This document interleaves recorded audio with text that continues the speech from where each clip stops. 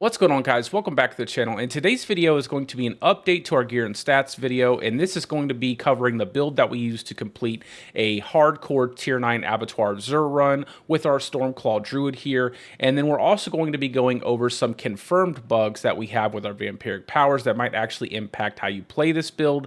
And then for the last thing we're going to be covering, we're going to be talking about the barrier mechanic specifically for console players. So with all that being said, let's go ahead and get into the video. So starting out like we did in our last video, you'll see our attack power is now at 25,587. Our armor is at 8,821, and our life is sitting at 11,681. Now, when we go out and we go ahead and swipe into Werewolf Form, you'll see that our armor is now sitting at 14,841, which is well above the armor cap you need for doing Abattoir Zur. So now we're going to take a deeper look into our stats, and what I'm going to do here is hit all the high notes, the most notable stats of my build, and then I'm going to do a slow scroll through at the very end of it so you guys can see everything. So starting out with our resistances, you'll see they're all capped at 70% here, and that's without any investment in the gear affixes. This is all coming from our Paragon, our gems, and some of it from our skill tree. Moving down into our offensive stats, you'll see our critical strike chance is at 37.1%. Our critical strike damage is at 289.8%. Our all damage is sitting at 303%. Our damage versus close enemies is at 199.3%. Our damage versus controlled enemies is at 97.5%. Our damage versus poisoned enemies is at 90%. And our damage while in werewolf form is at 92.4%. Going into our defensive stats, you'll see that our armor while in werewolf form is at 68.3%. Our damage reduction versus close enemies is at 23.1%. Our damage reduction from poison enemies is at 28.2%. And our damage reduction while injured is at 56.3%. And then also a big part of our survivability, our barrier generation is at 86.5%. Then for utility, we are sitting at a 147.2% movement speed, and that's before any buffs from our aspects. And our lucky hit chance is 27%.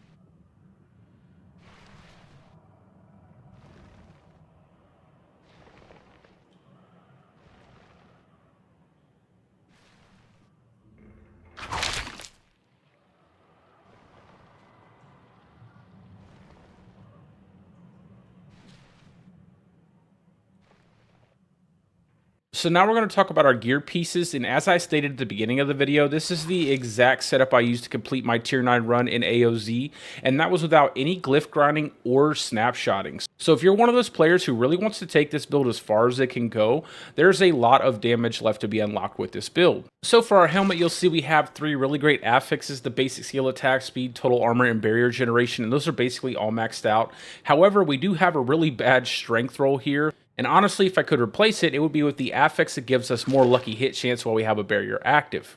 Then for our chest plate here, we are running again with 3 great affixes. We have the total armor, we have the damage reduction from poison enemies, and then we also have the +4 ranks of earth and bulwark. And I think the 2 most important stats here are the total armor and the earth and bulwark ranks. But if I could get a 4th stat on here, obviously it would be another damage reduction roll, either flat damage reduction or damage reduction from close enemies or damage reduction while we have Fortify. Then on our gloves, we have the attack speed, crit strike chance, and lucky hit chance at decent rolls, and we are running a willpower roll here, which could be better. You could also flex the attack speed roll for something different if you like, maybe some increased critical strike damage with lightning damage or something like that, but I personally prefer the attack speed roll. So these are pretty much perfect gloves for me. Then for the pants, obviously we're running Tebow's Will. Now, we could get a little bit more damage reduction here and obviously a 2% increase to our multiplier, but that's not really a big deal. These are honestly some of the best pants I've gotten since I've been playing in Season 2. Moving on to our boots, you'll see again we have 3 great affixes and 1 not so good affix. So we got the movement speed, we got the total armor while in werewolf form, and we got the damage reduction while injured at really great rolls, but we do have an intelligence stat roll. So if I was to get a perfect pair of boots, it would probably have either dodge chance on it, shrine buff duration, or at least a willpower stat roll. That would probably be my perfect set of boots. Preferably shrine buff duration because of how powerful shrines are in AOZ. Now moving on to our Great Staff of the Crone. This is a pretty mid-tier Great Staff of the Crone. Obviously, you get a lot more damage if this was a 925 staff.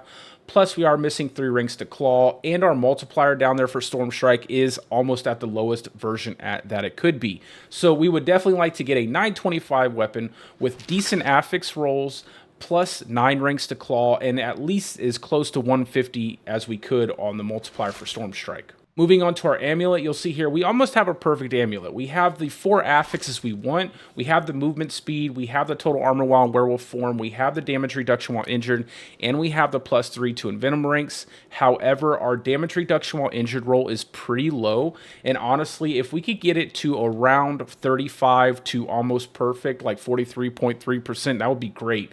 However, this amulet is costing me a lot of gold to re-roll, and I highly doubt I will get a better amulet by the end of Season 2. Now moving on to our rings, and they are the exact same affix roll. So you'll see here we have the crit strike chance, damage to close enemies, lucky hit chance, and barrier generation. And the only real improvement I could get here, honestly, is if I could just pick up at least 6% more critical strike chance with the rings, because you'll see here the critical strike chance values are 3.9% on both of the rings. So pretty low there. Now that's really it for our gear pieces, so let's talk about our bugs with the vampiric powers. And the first one we're going to talk about is Metamorphosis and Ravenous.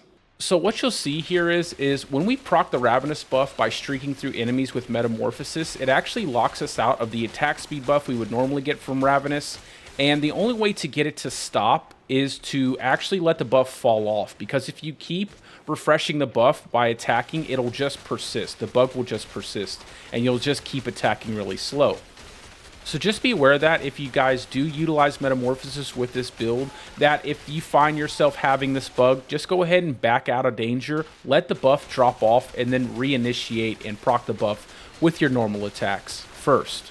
So the second and probably largest bug with this build, especially if you're playing hardcore like I am, is the bug with Domination. So you'll see here at the bottom of Domination in the description, it says, if they're also injured and not an elite, they're instantly killed. Well, apparently this part of the vampiric power actually applies back to the player by some strange spaghetti coding. So what will happen is if you're injured and you get stunned, and then you take direct damage to your character, it'll actually kill you immediately. Now, this is a bigger problem for hardcore because that bug specifically pierces through your Elixir of Death evasion. So if you find yourself without your barrier suddenly, and you also get stunned immediately while your barrier drops and you take direct damage, even with your Elixir of Death evasion, you'll find yourself making a brand new character. Now, for me personally, I still use Domination and Metamorphosis in my build because I've just grown accustomed to them, and now I know that there are bugs and I know what to look out for. However, if you did not want to run these powers in your build, which I would understand, you can go ahead and swap out Domination to maybe Sanguine Brace, and you could probably swap out Metamorphosis over to Hectic, so you could get some more cooldown on your ultimate. But those are the changes that I personally would make if I didn't want to run those 2 vampiric powers. But like I said, I actually do run those vampiric powers still. And honestly, I don't really think it's that much of a big deal, especially for those players who are playing in normal mode, aka softcore, because you don't really have to worry about dying. So the bigger bug, the Domination bug, really shouldn't affect your gameplay too much, especially because we're using Bulwark, and Bulwark always gives us Unstoppable. And, you know, obviously you don't have the 1 death penalty. Now for the very last thing I wanted to talk about, and this does concern mainly console players, and that's how to determine your barrier value when you are utilizing a low-life Bulwark build, so you know that you're getting the most out of your character as you possibly can in terms of survivability.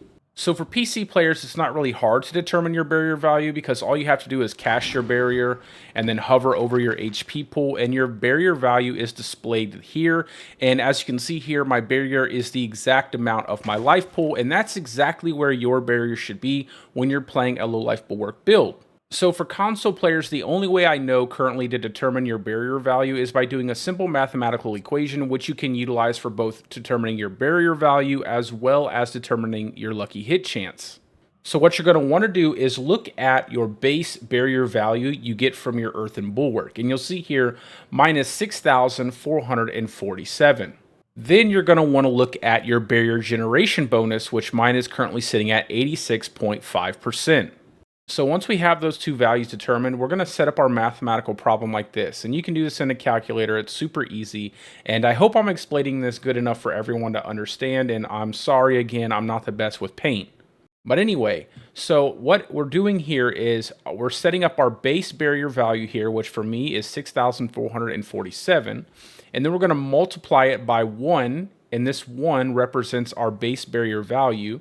So we're going to multiply by 1.865. And this 865 represents my barrier generation percentage as a number. So it's going to be 6,447 times 1 base barrier value, 0.865 barrier gen value, and then we're going to get a total of 12,024 total barrier. Now for you math whizzes there, it's actually 12,023 point blah blah blah, but the game automatically rounds it up and we end up with 12,024 total barrier. So I hope that simplifies it enough for everyone. But just in case, let's go back over it one more time really quick. So the first number is going to be our base barrier value, which for me is 6,447.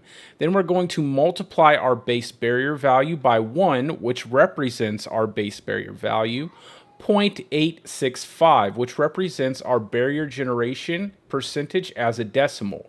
So when we do that, we get 6,447 times 1.865, which equals 12,024 total barrier.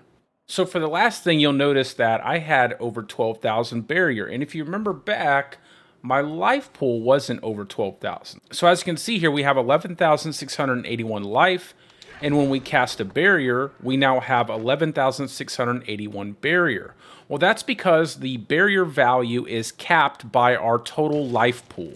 So you'll see here, if I go into my inventory and I utilize one of these Gillian's Brews, which increases my maximum life pool by 15%, you'll see that my life is now 13,433. And when I cast a barrier, my barrier value is now at the 12,024 that I specified when we did our mathematical equation.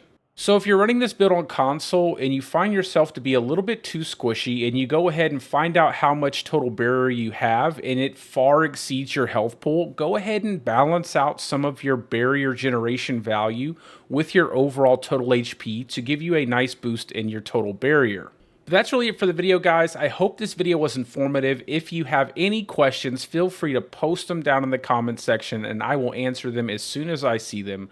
My overall plans right now are to go ahead and maybe grind out some glyph XP for this Tears of Blood glyph to maybe push into Abattoir of Zur tier 10, maybe tier 11 by the end of this season, but I'm not really sure because I have a couple things I want to get done before the end of the season, including starting a brand new normal softcore Barbarian and learning Barbarian completely, so that way I can bring you guys builds for not just my favorite Druid, but also the Barbarian, because I really like the aesthetic of the Barbarian as well. But that's all for me. I hope you guys are having a great day or a great night, depending on wherever you're from, and peace out, guys. I will see you guys in the next one.